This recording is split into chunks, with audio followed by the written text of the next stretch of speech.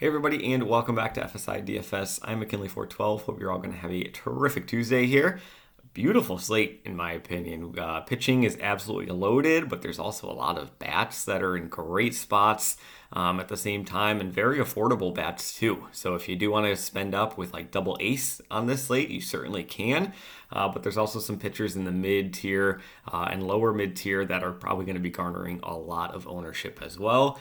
So there's a lot of different ways to go in terms of builds, which I think just makes any slate a lot more exciting. So let's just kind of dive right into the pitchers here. Eovaldi, Cole, Kershaw, Valdez, kind of like the top four leading the charge here in terms of salary. Eovaldi, nice matchup going up against the White Sox.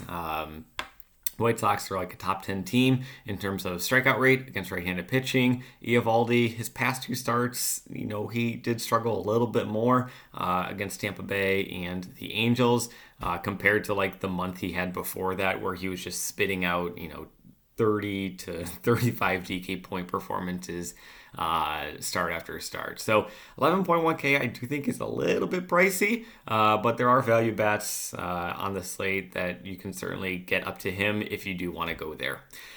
Garrett Cole facing off against Seattle. Seattle strikes out a lot. They're a top 3 strikeout team against right-handed pitching on the season. They're a top 5 strikeout team against right-handed pitching over the past month. So the ceiling game is certainly there for Cole. We haven't seen too many ceiling games from him, though.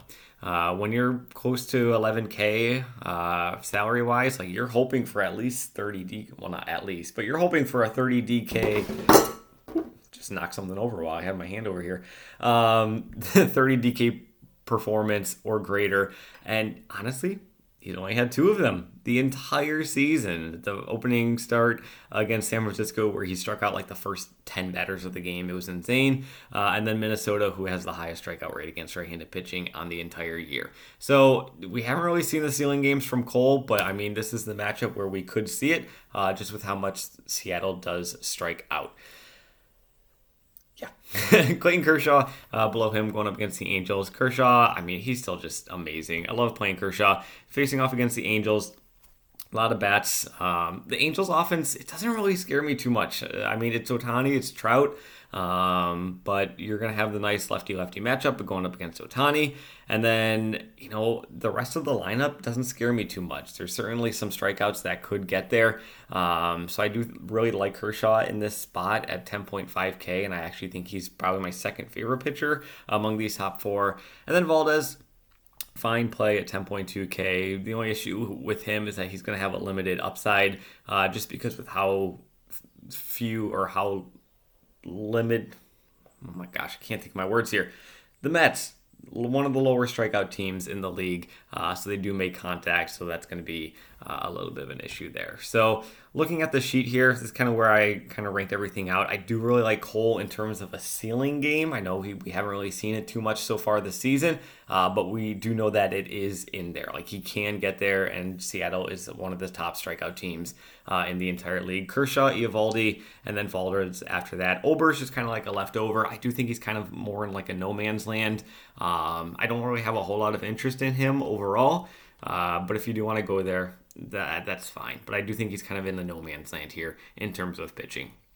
Going into the mid-tier, Verlander, I have him at the top. I mean, 7.3K for Verlander is just far, far, far too cheap. I know that he's had his struggles so far this season. We saw it against Atlanta. We saw it against Colorado, but it was in Coors. It was in Atlanta. Atlanta's got the second highest elevation of any ballpark. Believe it or not, Atlanta. And with that crazy offense. And then he faced off against Cincinnati in the Great American Small Park, but he did very well there.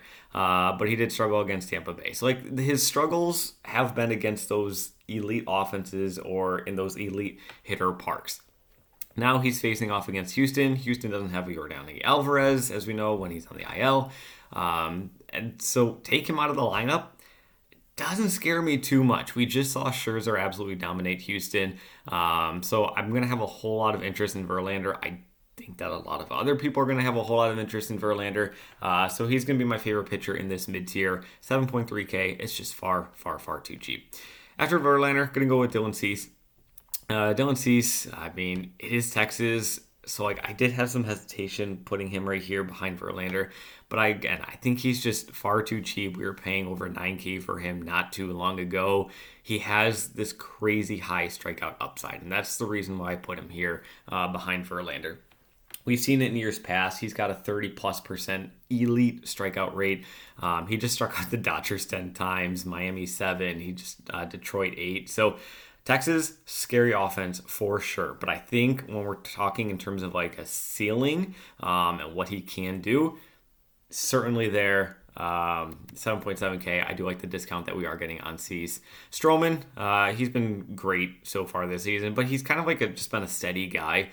He's not going to give you too much of an upside, but I have him ranked third there. And then Kirby going up against the Mets. Kirby, great strikeout rate, very low walk rate, going up against the Yankees, who honestly just been disappointing on an offense. Talked to Megagore about that. He's a big Yankees fan. But yeah, they've just been really struggling here over the past couple weeks in terms of offense. So don't have too much, not too scared about that. And then Montgomery. But the thing with Kirby and Montgomery and Stroman is they just kind of stick into this no man land. I would much rather go down to a guy like Verlander, who's $1,500 cheaper, or even Cease, who's $1,000 cheaper, and then just take that extra savings and then go up $1,500 to a guy like Kershaw from Stroman or whatever. So it's kind of like the leftover scraps. I don't want to say leftover scraps because like I do have interest in them. I do think that they're nice plays. I would just rather go with Verlander or go with Cease in that mid tier over them. Cheap tier, Detmers. Detmers is going up against the Dodgers, but we have seen, Dodgers can strike out. They're not the Dodgers offense that we've seen of years past, but still, Detmers, I think he's a fine pitcher. He's had 2 excellent starts, and like putting him below 7K, I think is kind of crazy. So you can see great back-to-back starts. He just shut down Texas. He shut down the Colorado offense, struggled against Houston. Miami, Minnesota, great against Minnesota. Like he has that upside, he has that ceiling, and that's like what we're really hoping for when we're kind of like quote unquote punting a pitcher below 7K, and he certainly has that. So I do think that he can get there. At 6.9K, we've seen it in 3 of his past 5 starts, getting 25 DK points on average in them. DeSclafani, he's really struggled. He had, a decent start to the season, but he's really, really been struggling. So you're going to see us, we're going to have a lot of interest in the San Diego bats moving forward here. Lively. Really like him. I think he's a great, I don't think he's a great pitcher. I think he's a average to above average pitcher. He's got a nice strikeout rate. I like the strikeout rate that he does have, and he's got a nice matchup going against Colorado. The only issue is that he's playing in the Great American Small Park, so kind of diminishes the interest in that from there. But as you can see, like there's a lot of pitchers I have interest in. Like I just talked about Cole, Kershaw, Eovaldi, Valdez, Verlander, Cease, Stroman, Kirby, Detmers, Lively. Like I have interest in all of these guys, even like Montgomery. But like a lot of these guys just kind of fall into that no man's land category where I would rather go down to the savings to get to Verlander or Cease from these guys and then save that extra money to go up to get guys like Cole or Kershaw or Eovaldi or Valdez. So let's turn towards the bats here. Cincinnati, they're going to be leading the charge here. Cincinnati facing off against, I think it's Davis, for Colorado. These guys are just fun. Like, what a fun team. De La Cruz can't go wrong with that. McLean can't go wrong with that. Steer. I feel like I've been saying Steer all season long. It's Steer. Yikes. But yeah, so Steer, 4.6K. I'm going to have a lot of interest in him there. But then even like the lefty bats going up against Davis, you're going to have some interest as well. Guys like Fraley, guys like Friedel. Newman, he just hit a home run last night. So gonna have a lot of interest in Cincinnati. They can hit the ball out of the park. They can steal bases. They're hot. Like Davis is not a pitcher that you should have any concern with. Just pay attention to the weather when you're paying attention to that game. San Diego going up against DeSclafani. Like I said, DeSclafani, he's been allowing a lot of hard contact. So balls have been flying out of the ballpark against DeSclafani. And yeah, so San Diego, I think it's going to be my second favorite team ahead of Cleveland. Cleveland, like they're going up against Oakland, and they're going up against that horrendous bullpen of Oakland. So, like, I think Cleveland has the highest implied run total on the entire slate. But the issue with Cleveland, and it's kind of been, what we've talked about all season long, is like they don't have a whole lot of pop in their bats. They don't have a high ceiling. So obviously you got Ramirez for sure. But they don't hit a whole lot of home runs. They're just kind of like get on base, hit some singles, make some contact, maybe get a double here and there, and then steal some bases every now and again. So like the upside is definitely limited. So that's like the main concern, but they're also just extremely affordable. So I love the matchup. I think they're gonna be great. Like it would not shock me if they put up 6-7 runs. But I think it's gonna be a lot of dinking and dunking, where I would rather go for San Diego, where it's like if they put up 6 or 7 runs, it's because they're gonna be hitting a bunch of home runs, and there's gonna be still that stolen base upside with them. Much more expensive than Cleveland, but I do rank San Diego ahead of Cleveland. Pay attention to ownership, see how everything shakes out from there, and yeah. So that's pretty much it with the top tier of bats. Like I said, pitching is absolutely loaded. So there's limited must-have bats on this slate, but I do think that Cincinnati and San Diego are going to be leading the charge, and then Cleveland just because they're going up against Oakland. Speaking of Oakland, just absurdly cheap. I think the most expensive guy when I was looking at them was 3.2K. Yep, there it is, 3.2K. It's for Ruiz. He's got just crazy stolen base upside. I still think he leads the majors in stolen bases, 36 on the entire season. So you can see he's averaging a stolen base, every other game. If he gets on base, he's probably going to be stealing a base. Savali is not a pitcher that you should have any concern or fear about. They're going to be on the road, so they're going to get all 9 innings. It's if he gets a single, steals a base, that's all he has to do, and he's already paid off his salary.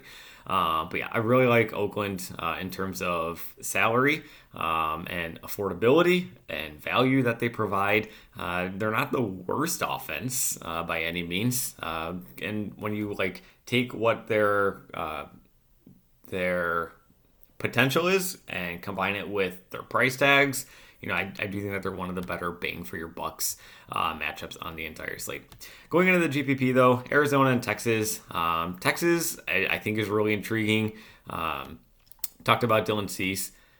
He can still blow up. Dylan Cease, he has that strikeout upside. We know he has this strikeout upside. Like I said, he just double digits against the Dodgers and 8 strikeouts against Detroit. In years past, he's had 30% strikeout rates. So it is there. But the blow-up games are also there as well. We see 2 of those blow-up games against Kansas City and Tampa Bay where he allowed 6 or more earned runs. But he's littered with 3-4 earned runs, some home runs here and there. And then just the walk rate. That was the other thing that we have to be paying attention to.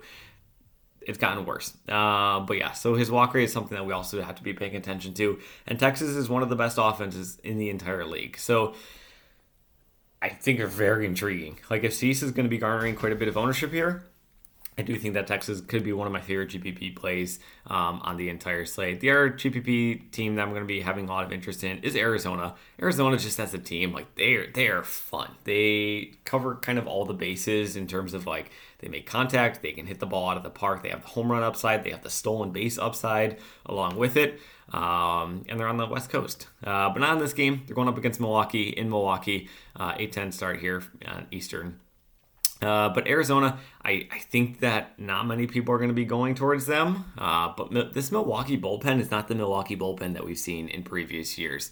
They're not, absolutely a lockdown, shutdown bullpen. They can have some struggles there. Ray, I'm not too scared with him either. But I do think that Arizona, they're a little bit more pricey, especially with the guys their top end guys here. So it's going to be tougher to get like those 2 stud pitchers into the slate. But so maybe you go down to a guy like Verlander, or if you're doing the GPP, maybe you go to Cease and pivot off of it, or if you go to Lively in Cincinnati. But I do think that there's just a whole bunch of value on this entire slate. Like Washington is super, super affordable going up against Montgomery. Montgomery doesn't really scare me too much. Only one guy above 3.5K. Just kind of like going through here. Chicago. Talkman right here, 2.4K. He could be batting leadoff. So batting leadoff, 2.4K on a team with an implied run total over 4.5.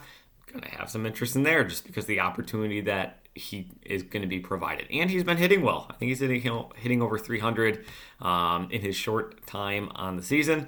28 games. Yeah, he's hitting 301. So going to have a nice lefty-righty matchup there. Could have a lot of potential. Oakland, super, super cheap. Cincinnati, I mean, they're not cheap anymore. Like, they've definitely become more expensive. But Cincinnati's going to have a lot of interest in there. Let's see. Are there any other value that I had some interest in? Not really.